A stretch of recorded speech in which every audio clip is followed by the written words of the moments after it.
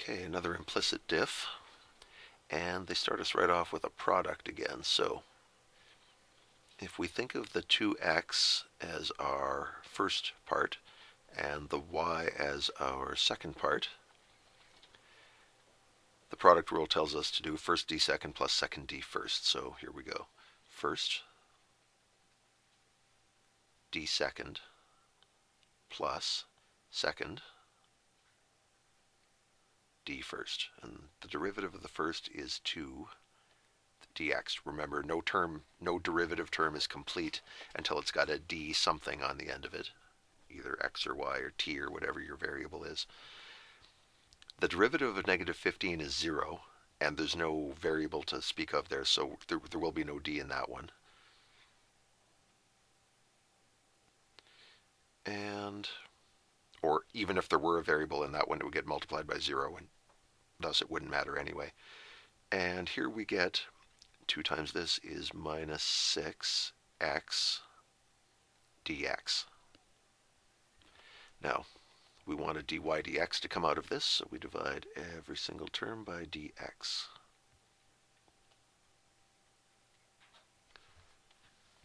And the dx's cancel in 2 different places. And we're left with one term which contains dy dx, so we won't have to do any factoring this time. We just have to isolate that one dy dx. We have 2x dy dx. I'm pretty much just recopying and cleaning up here. Plus 2y equals negative 6x. Well, let's isolate this term bit by bit. We'll subtract 2y from each side. 2x dy dx equals negative 6x minus 2y. And now if we want to isolate this, we divide both sides by 2x. And we get dy dx equals, we can divide the top and bottom of this by 2.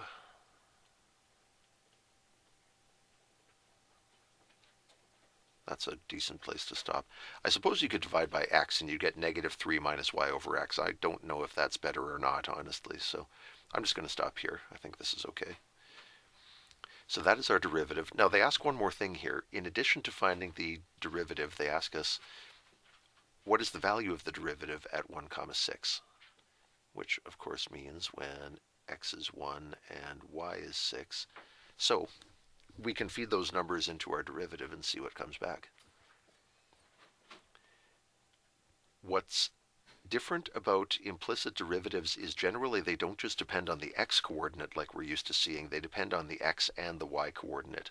And that's because implicit curves can have shapes like circles or ellipses or hyperbolae where at one x value there could be a couple of different y's. You could be up here or you could be down here, and each of these points has its own slope.